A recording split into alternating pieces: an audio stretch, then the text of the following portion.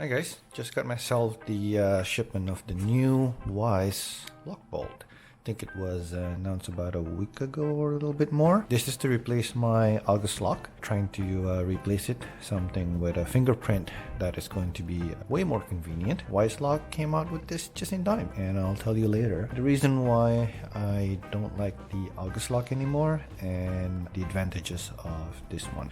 It has the fast fingerprint unlocking. It has the auto lock. One thing to bear in mind that the auto lock in this one is not similar to the August or even the Wyze lock itself, where it can detect when the door is ajar, open or closed. It's simply a timer. There is an emergency USB-C charging. Basically, it replaces the lock in front of the door. Unlike the original Wyze lock or even the August, you use the same bolt or the front-facing one. This one is going to be replaced with the keypad here and the fingerprint. There is a USB charging port on the bottom in case the battery runs out and you're locked out. There is a battery indicator here, so it reminds you when the battery is low, but again, in case, you can use that with the battery bank. See if we can test that out. And the other thing is, I don't know if it'll work with a smartphone. So if you have your phone, USB-C to USB-C, will it power it or not? So we'll take a look at that one.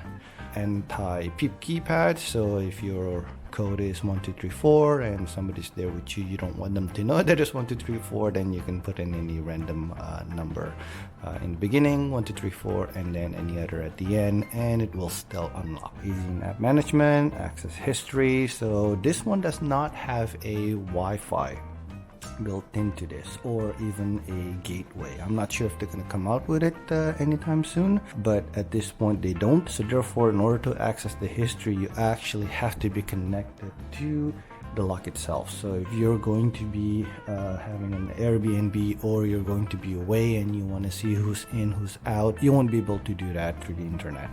So you physically need to be close to the lock itself to be able to access the history. Waterproof because it is outside of the door, and it should be compatible with most North American door. I know in Europe and elsewhere might have a completely different door design. Let's unbox it. So looks like I made a great choice. Thank you, Wyze. By the way, this video is not sponsored by Wyze. I bought this myself. Quick start guide. We'll get through that later.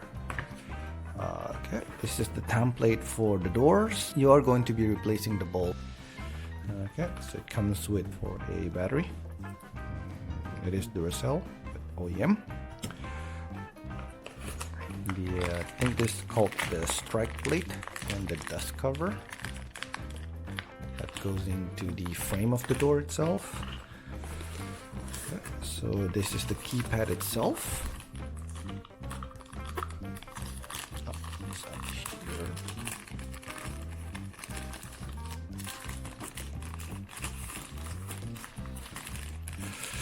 So this is freshly shipped. It is quite cold. I can feel it. And let me know as well that this is made out of metal.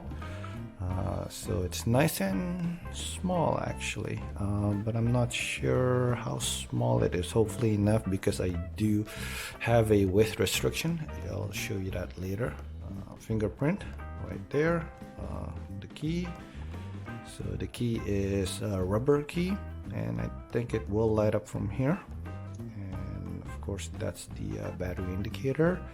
You got some weathering rubber around here, kind of like a gasket, and you have the USB-C port here for charging, which is nice. USB-C, because most likely now all the cables you have would be USB-C. I think the keypad here will light up red if it doesn't accept it or so on, but we'll see that as well. And this is the unit that goes behind the door.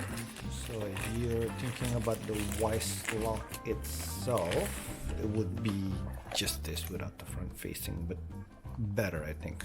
Not like this. And this is, yeah, definitely made out of plastic all over, where the August one I have currently on the door is made out of metal, the inside part of it. So it looks like I have it upside down. There you go. So the logo Wyze in the back here and also the front, it's not etching, it's kind of maybe lasered. I'm not sure what the technology is, but it's hardly visible. It's kind of like matte everywhere else, and the logo is a little bit more reflective or shiny, so it's a little stealthy. Open it up. I'm assuming it's this one. Yep. Oh, there you go.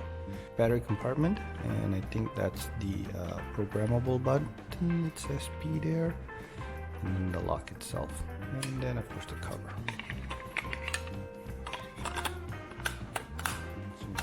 Easily. Doesn't matter as much that this is plastic because it's the indoor part of it. It shouldn't matter. Lastly would be the bolt itself.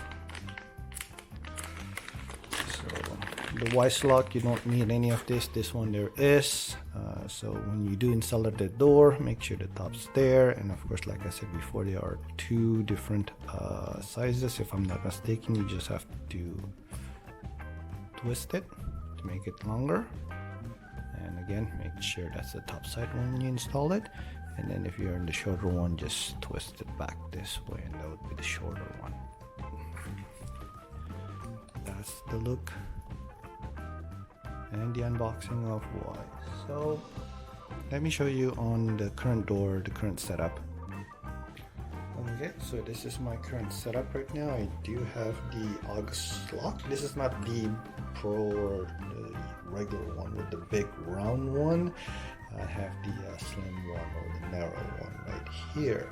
The reason why is my door setup. I do have this window, which basically make this side quite narrow. And I was having a hard time fitting the full August in here, so I had to get this one. And even this one I had to get a little bit clever, because the way you install it, there is a wing here. The way you install it is that there is a wing coming out, and then you push it in and you have to lock it in by pushing it down. The problem with that is on this side of it, the wing is actually hitting the window frame here. So I don't know, there's a scratch here. I was having a hard time doing that, so I had to improvise. So I need to put a gap here. My first version of this one is actually a pair of chopstick, and this one is a mixture of a foam from one of the packaging, might be even the August one. So it's like a high density foam with paper, just so that I can make that gap, and hopefully it seals the weather a little bit better. What I do like about the August here, it is only the back side of it, just like the Wyze Lock. From the front, you won't even know that you have a smart lock or anything, because it uses the existing hardware. However, if you guys watch the lockpicking lawyer video, these are very easy to lockpick. I'm not saying that the smart ones are not. The other thing is that it also have the sensor, so that the sensor can detect if the door is actually closed. There's covers coming with this, so it actually can look nicer, and I think even some of the brand new version of it don't even need this one. I think the Wyze Lock doesn't, and some of the installation is inside here, so it's more invisible. But the way I set it up is that it locks automatically, almost instantaneous when it detects it. Right? So that's a good feature, so I don't forget to lock the door. However, since if I'm going out to take the trash out or whatever and I don't have my phone with me, I can get locked out easily. So that's why this is not fixed to door, because it is magnet and my door is metal. So therefore I can just simply move this up right here, open the door, get out, and if it's cold, you don't want to let the cold air in, you close the door, no problem. But when you go back in, you just take the magnet, bring it back down, and it will lock itself. There are some occasions where I did forget to put the sensor back down and the door was left unlocked. The new one, or the auto lock, is just a timer, so it will lock it. Even though I don't have my phone, I can use my fingerprint to unlock the door, so it doesn't matter if it locks behind me. One of the most frustrating with the August lock is that it has the auto unlock feature for your phone, so that's a convenient feature. So you can just walk up to the door and it should unlock automatically. Sometimes it works flawlessly, but that's like 1 out of 50. Other times I actually have to either turn on the phone or actually launch the app and then it will unlock, so that's quite frustrating. Might as well pull out a key. Talk about tight fits. So it actually goes up against the frame here, but the gasket here is rubber, so there's a little bit to give and it fits perfectly. For the front side, it's actually not bad at all. I know it's hard black on black, but the gasket is not actually touching, or if it does just a little bit. Other than that, it fits perfectly in the front. So here's the finished installation. Already installed, nice and sleek. Quality again is plastic, but it's a little flimsy, but not bad at all. Lock. Go. Front one again. Sorry guys, black on black. Hopefully you guys can see that. Nice. If you want to lock it, just press that button. And the fingerprint, if you want to unlock it. That's it. And we lock it again. And using a different finger, you can see the keypad turn red and the sound goes nah. Otherwise, it works fantastic. And the auto lock, I set it to 30 seconds, but I'm going to show you how the lock works when the battery runs out. So just to simulate that, I'm going to remove one of the battery and it should be working anymore. So number one, it doesn't affect anything from indoors, so you can always open and close. That's no problem there. However, when you're outside, of course, nothing else works. So this won't work, pin number won't work. So what you're going to need is something like this, a power bank, right? And a USB cable, and the other end is a USB-C. So all you have to do is just open this rubber cover. Now, one thing I like about it being a USB-C is that you don't have to find the right direction. And you can hear the beep. So now you can just use the fingerprint with the USB plugged in and just unlock the door. Here's a tip for you guys. What happens if you don't have a power bank? You can use your phone. So all you have to have is a USB to USB cable. So you just plug one to your phone and the other one to the lock. As you can see, it just beeps, fingerprint, unlocks. So you don't actually need a power bank. All you need is the USB-C to USB-C cable. One feature that I want to show you guys that I found really cool is the one-time code. Now, since this is a Bluetooth only device and does not connect to the Wi-Fi in any way, so it doesn't even use your phone as a gateway, there's no way to add any users or give anyone a temporary access. They created this one-time code. Very clever.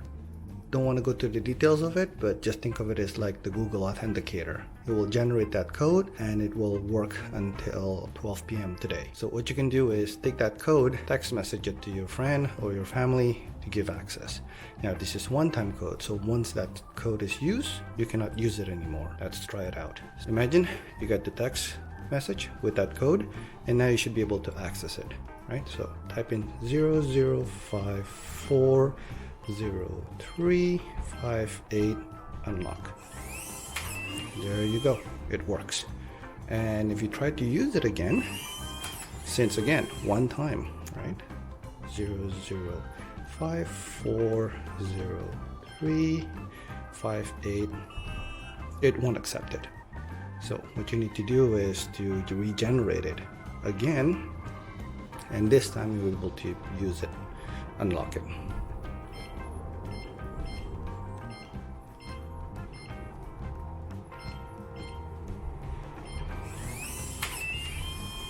So that's one cool feature that you can use in order to let somebody else in when they're not programmed into the lock itself. And the last thing I want to show you guys is the Anti-Peep feature. They have this in other lock as well, so it's not just for Wyze, but it's a very good one. So you basically put in your random key code and then yours and then something else and unlock. That should work. So it's going to be much harder for anyone to guess what the code is. How about this? I'll use my real code. You guys type in the comment below and see if you can guess what my code is. Okay, let's try it.